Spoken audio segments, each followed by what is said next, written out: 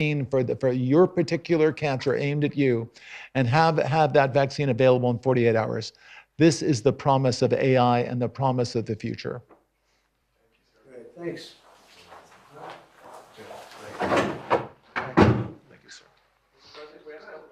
Yeah, just one second. We'll finish up. But these are highly respected guys. I was shocked with Larry because I don't even think Larry does this stuff. You did a very good job for a guy that doesn't do it much, right? But he's so respected, and the group, and it's really an honor. But for Larry to be here and do this is very unusual because he doesn't do this stuff. He doesn't need it. He does, and you don't need it, do you? Huh? You don't need it. But I just I think it's an honor to the country. It's a great honor that this group, these are the top people, that they're going to do it, and they're going to do it here, and we're going to make it as easy as it can be. A $500 million Stargate project comes in addition to a separate pledge between 100 and $200 billion from, as we know, from Massa that we talked about before. Also, 20 billion from DMAC, which was great, and we have many others that are coming. Some I just say just announce it; it's easier. But with some, I know them, and they're so highly respected. I'd rather do it this way. Many would like to do it this way, but we're letting the world know what's happening.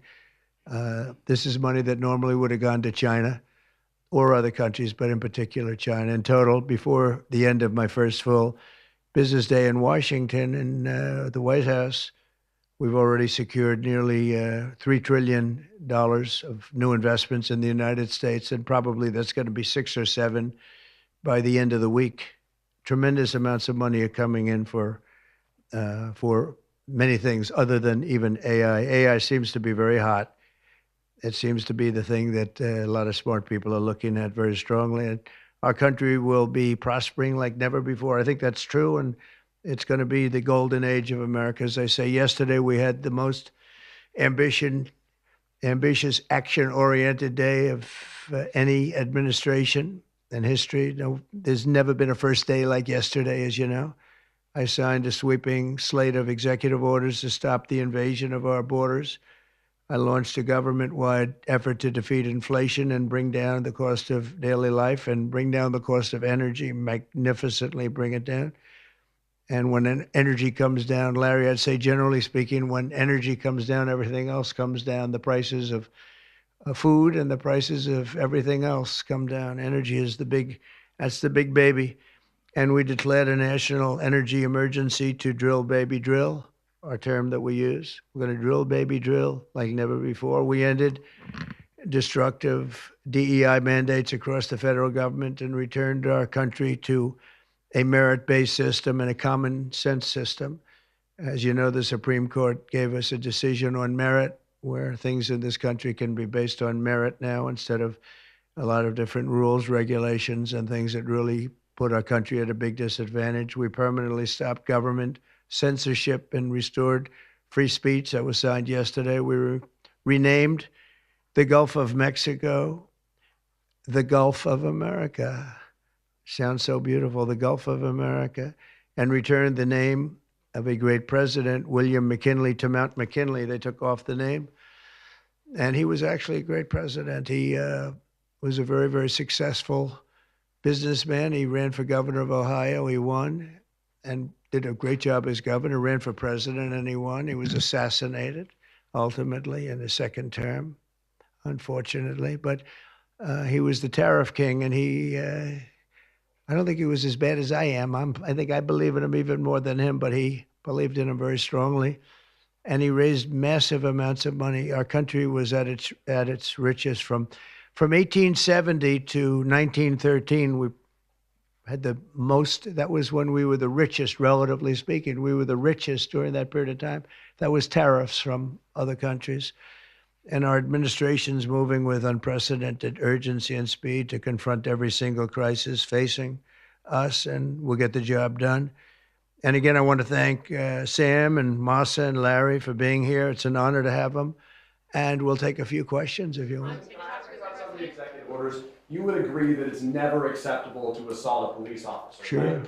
So then if I can, among those you pardoned, DJ Rodriguez, he drove a stun gun into the neck of a DC police officer who was abducted by the mob that day. He later confessed on video to the FBI and pleaded guilty for his crimes. Why does he deserve a pardon? Well, I don't know. Was it a pardon? Because we're looking at commutes and we're looking at pardons. Okay, well, we'll take a look at everything. But I can say this, murderers today are not even charged. You have murderers that aren't charged all over. You take a look at what's gone on in Philadelphia, take a look at what's gone off in LA, where people murder people and they don't get charged. These people have already served years in prison, and they've served them viciously. It's a disgusting prison. It's been horrible. It's inhumane. It's been a terrible, terrible thing. I also say this, you go to Portland, where they wrapped police officers, shot police officers, nothing happened to anybody. You go to Seattle, where they took over a big chunk of the city and people died. Portland, a lot of people died. Wait a minute. And you go also, take a look at Minneapolis, because I was there and I watched it. And if I didn't bring in the National Guard, that city wouldn't even exist today. People were killed and nobody went to jail. So these people have already served a long period of time, and I made a decision to give a pardon.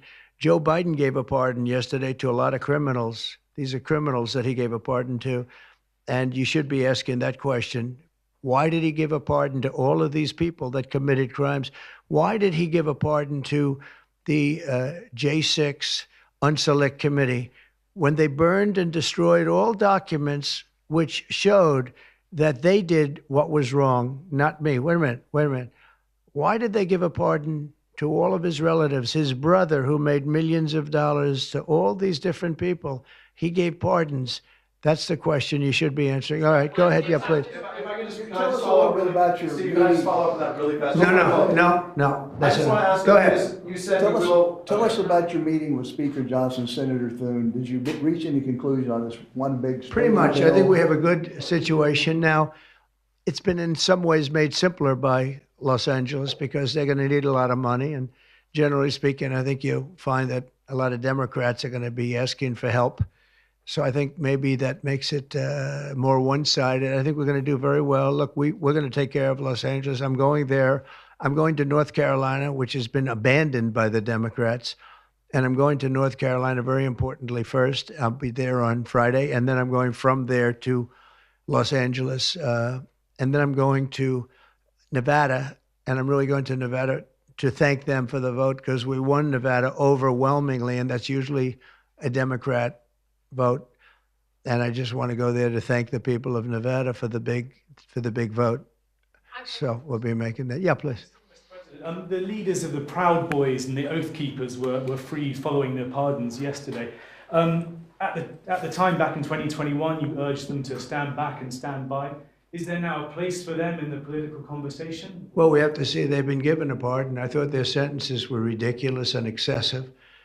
One of the guys took down a flag that was an anti-American flag, and he was given years in jail. I don't know the exact number, but he was given many years in jail. I thought it was very excessive. And at least the cases that we looked at, these were people that actually love our country, so we thought a pardon would be appropriate, yeah. Mr. President, is it also true in your conversations with Republicans today that you asked them to consider recess appointments for cabinet officials? I think, yeah, if it's needed. I don't think it's going to be needed. Marco, as you know, got passed overwhelmingly with 99-0, which is pretty amazing. Marco's going to do a great job, Secretary of State, but he just got, I guess he was the first one and just got approved. That's some vote, 99-0, and the nothing was a vote that he would have gotten if we wanted to do it. But you know whose vote that was? Who's doing a great job right now as vice president. Did you also talk about some sort of a trade or a deal involving wildfire relief in extension for a debt? Well, what I really want to have done, I was talking about this with the guys back in the Oval Office. Los Angeles has massive amounts of water available to it. All they have to do is turn the valve, and that's the valve coming back from and down from the Pacific Northwest, where millions of gallons of water a week and a day, even in many cases, pours into California, goes all through California down to Los Angeles, and they turned it off. It's off now. The valve goes, it turns toward the Pacific Ocean, and all that water goes pouring into the Pacific Ocean. If they did what I told them to do, they wouldn't do it because politically they didn't think it was good. I think it's great politically. I think they're dead politically. What they've done, they've destroyed the city. What they've done to that city is unbelievable. The sprinklers, their sprinklers in there like these right here that you see, none of them had any water in them. They didn't have any water. The fire hydrants, 40% of them had no water. The brush was just dry. Everything was dry. The sprinklers on the lawn weren't allowed to even be used.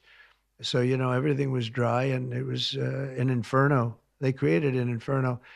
So we're demanding that they turn the valve back toward Los Angeles right now. It's not even believable that they haven't done it. Just so you know, they have a valve, and it turns like, think of a sink, but multiply it times many thousands of times the size of it. It's massive.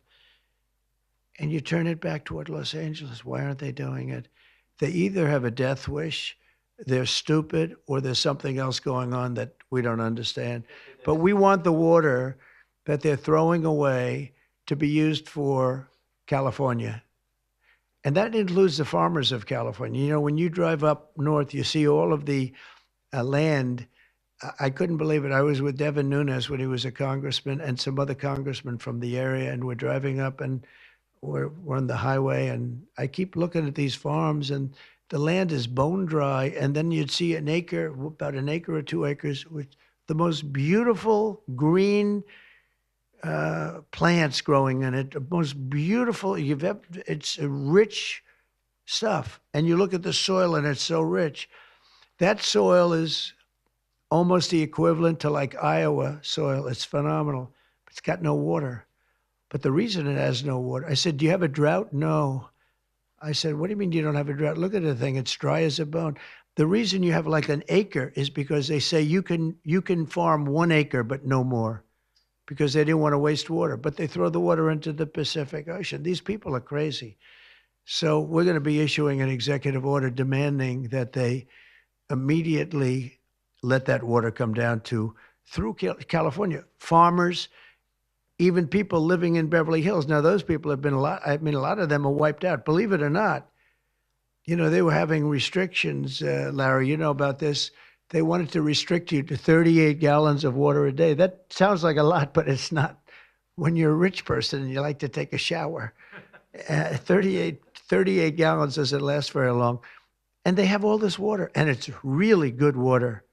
Up high, Pacific Northwest. Some comes in from Canada. A nice country, by the way, comes in from Canada, and it comes all the way through California, and they're restricting it. You even have the half pipes, the half pipes, the cut pipes, big ones, bigger than this room, and they're going all the way down, and they're bone dry, and they could be loaded up with water.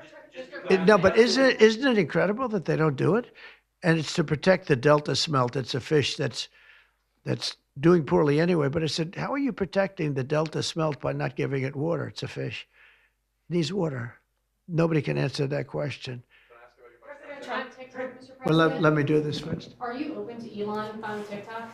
Is it? Are you open to Elon buying TikTok? I would be if he wanted to buy it, yeah. And on your inauguration, I'd like Larry to buy it too. I have the right to make a deal. So the deal I'm thinking about, Larry, let's negotiate in front of the media. The deal, I think, is this, and I've met with owners of TikTok, the big owners. It's worthless if it doesn't get a permit. It's not like, oh, you can take the U.S. The whole thing is worthless. With a permit, it's worth like $1 trillion. So what I'm thinking about saying to somebody is buy it and give half to the United States of America, half, and we'll give you the permit. And they'll have a great partner, the United States. And they'll have something that's actually more valuable because they have the ultimate partner, and the United States will make it very worthwhile for them in terms of the permits and everything else. But so think of it, you have an asset that has no value or has $1 trillion value.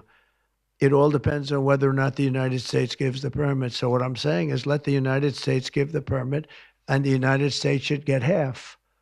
Sounds reasonable. What do you think? Sounds Sounds like a good deal to me, Mr. President. Yeah, he can afford it too. Mr. President, you're a president who has long said that you back the blue, but aren't you sending the message that assaulting officers is okay with these pardons? No, the opposite. In fact, I'm going to be letting 2 officers from Washington Police, D.C. I believe they're from D.C., but I just approved it. They were arrested, put in jail for 5 years because they went after an illegal, and I guess something happened where something went wrong.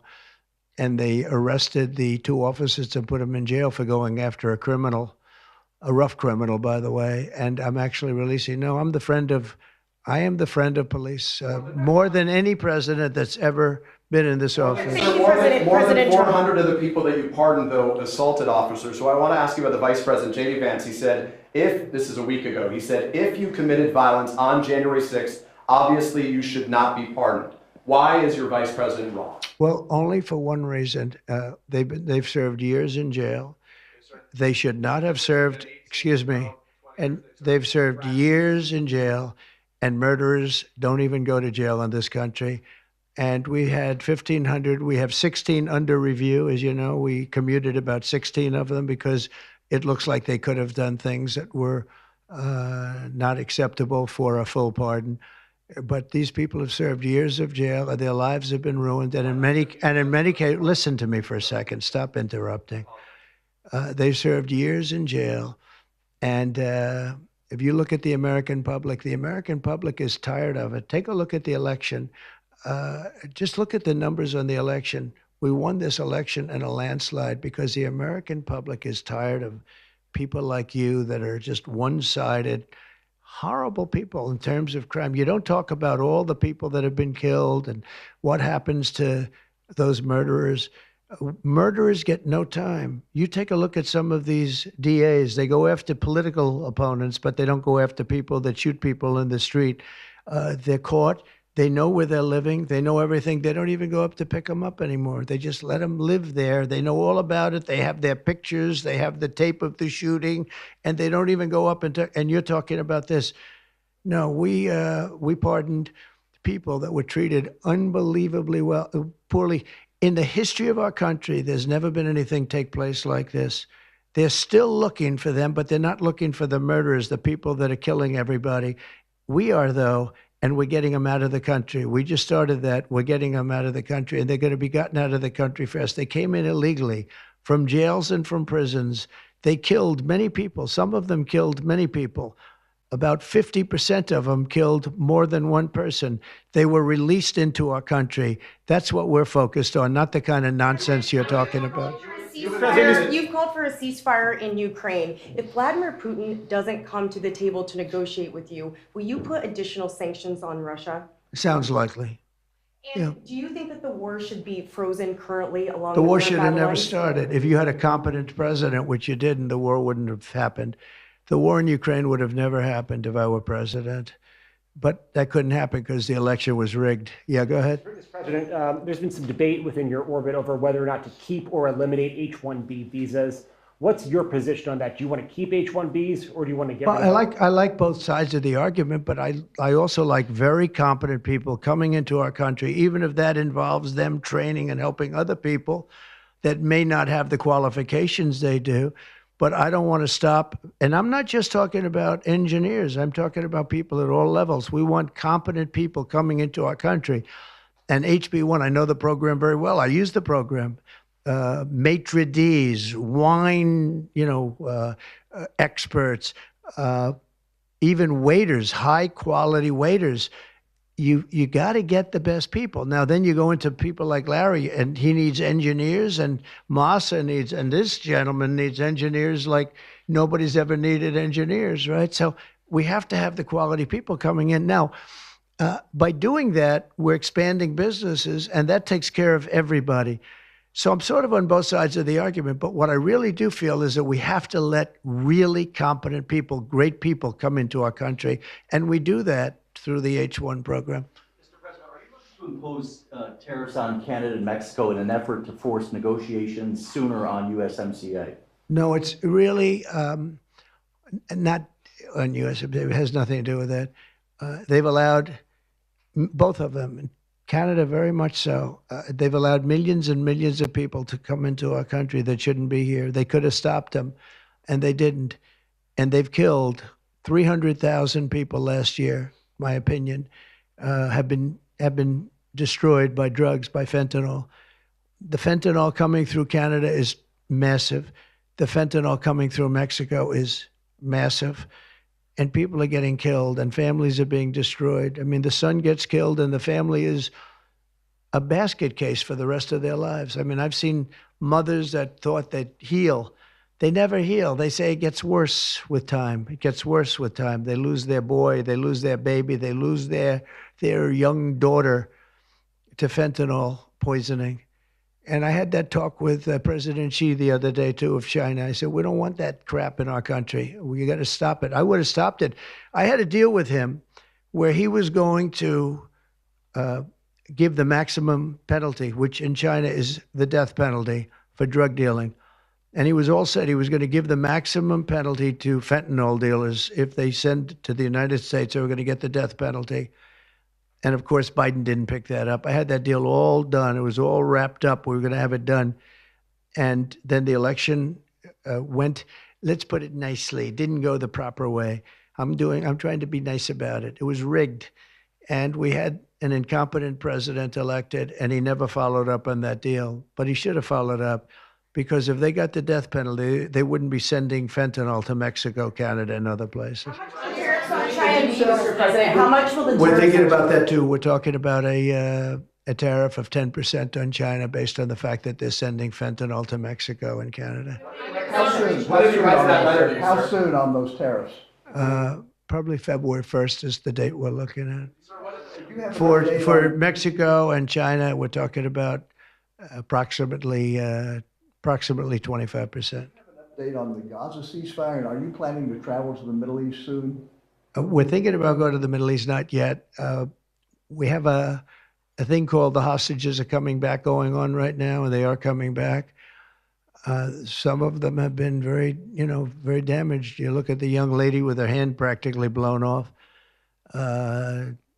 You know how that happened, right? Did you know how that happened? When you find out, you're not going to be too happy because it was terrible.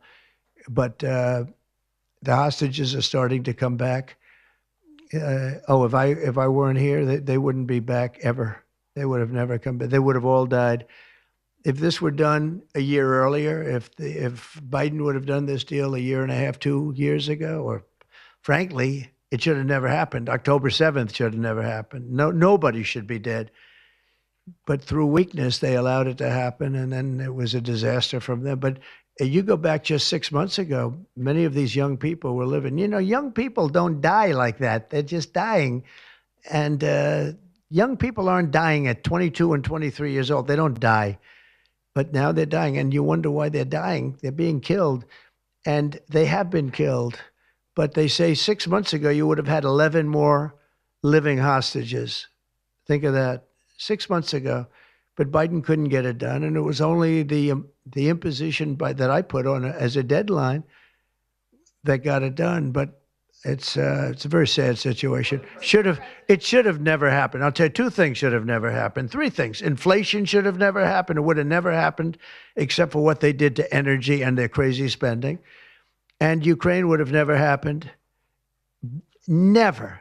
By the way, Russia never would have gone into Ukraine. I had a very strong understanding with Putin that it would have never, ever happened. He disrespected Biden.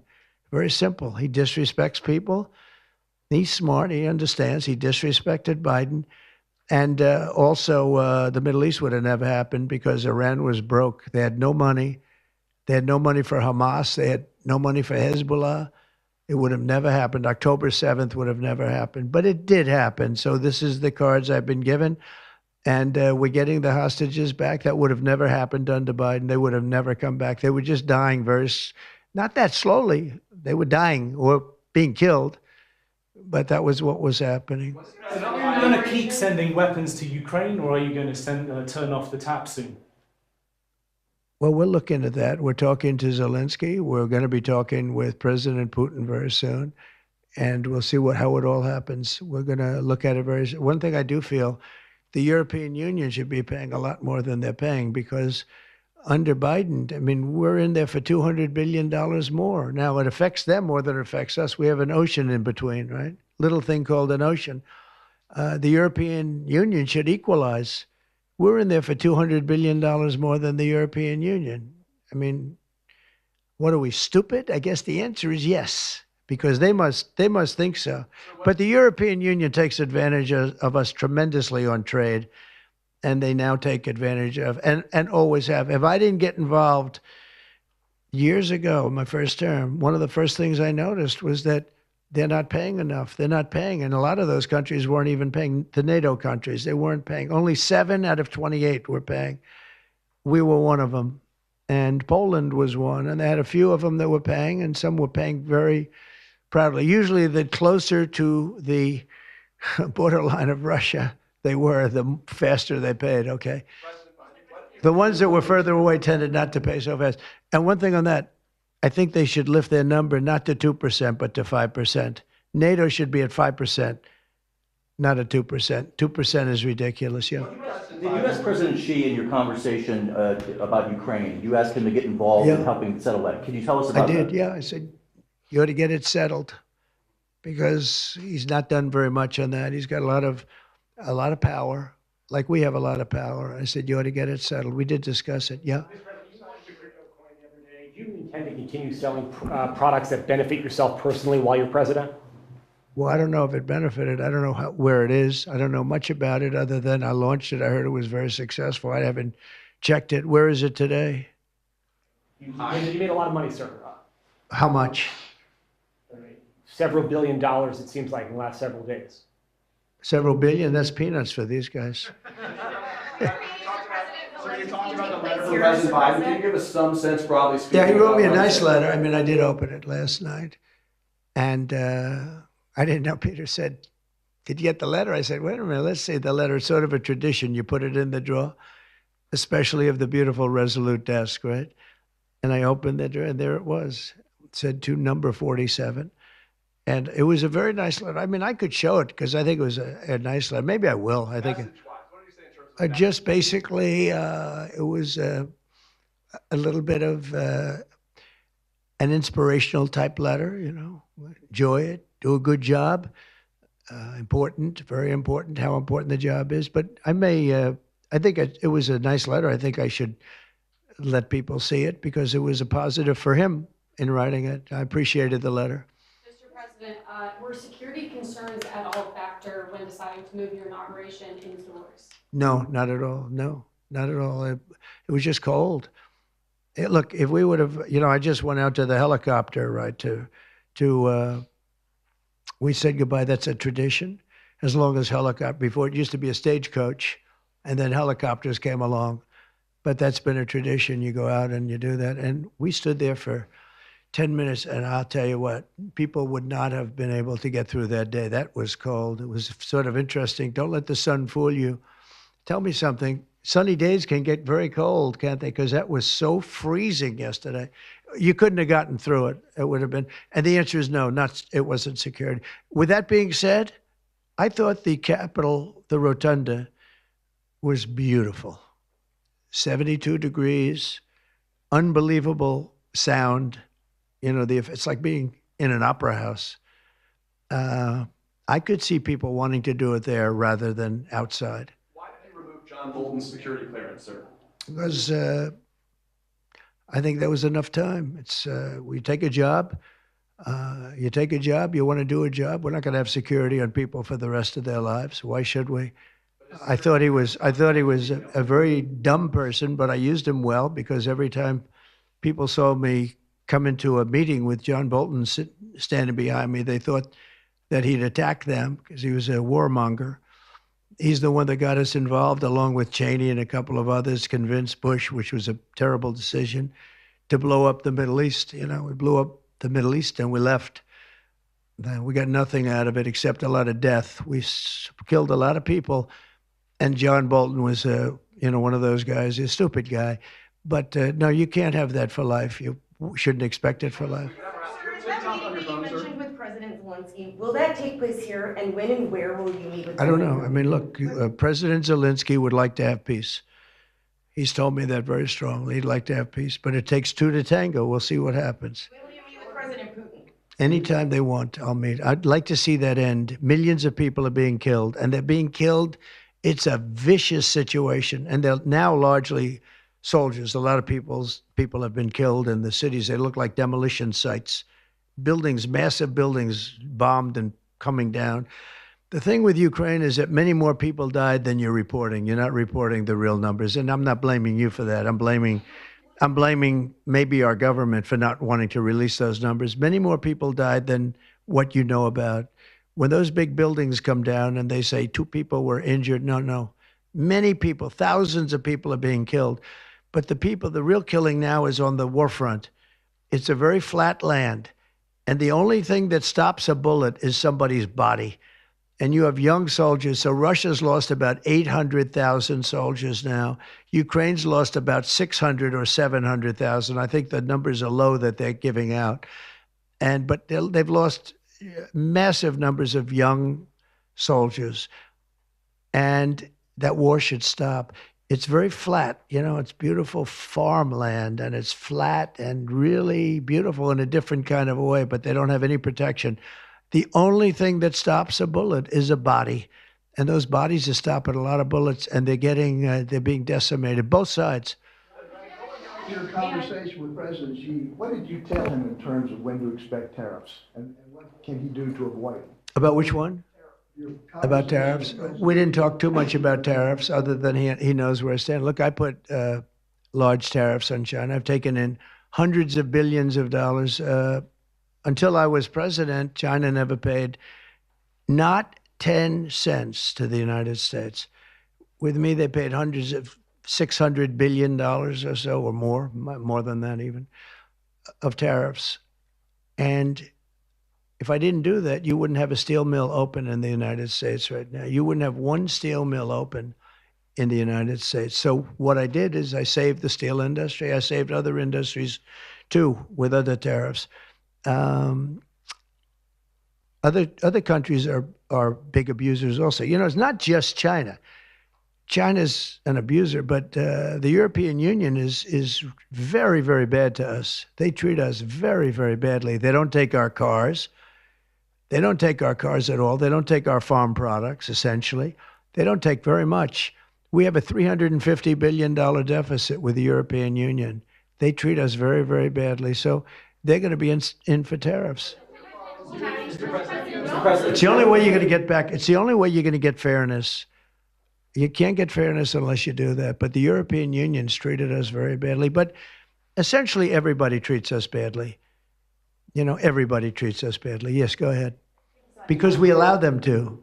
Because we've had stupid people doing this, and we can't have. I'd like to have these 3 people negotiate for us, just for 1 week, and we'd be a rich country again. But we'll be rich. Mr. President, on AI data centers, will you rescind President Biden's executive order that opens up federal lands? On which centers? On data centers. Will you rescind President Biden's executive order that opens up federal lands for data centers and energy production? No, I wouldn't do that. That sounds to me like it's something that I would like. I'd like to see federal lands opened up for data centers. I think they're going to be very important. Again, we have a lot of competition for that. So it's an honor to have these 3 great people, great CEOs and great geniuses, all 3. It's an honor that they want to come to our country, but we're going to make it as easy as we can for them because other countries want them to. I'm going to have to go now. Thank you all very much. Thank you. Do you have TikTok on your phone? No, but I think I might put it there. I think I'll get it right now. By the way, again, we won the young vote. I think I won it through TikTok. So I have a warm spot in my heart for TikTok. Okay? Thank you. Thank you, Mr. President.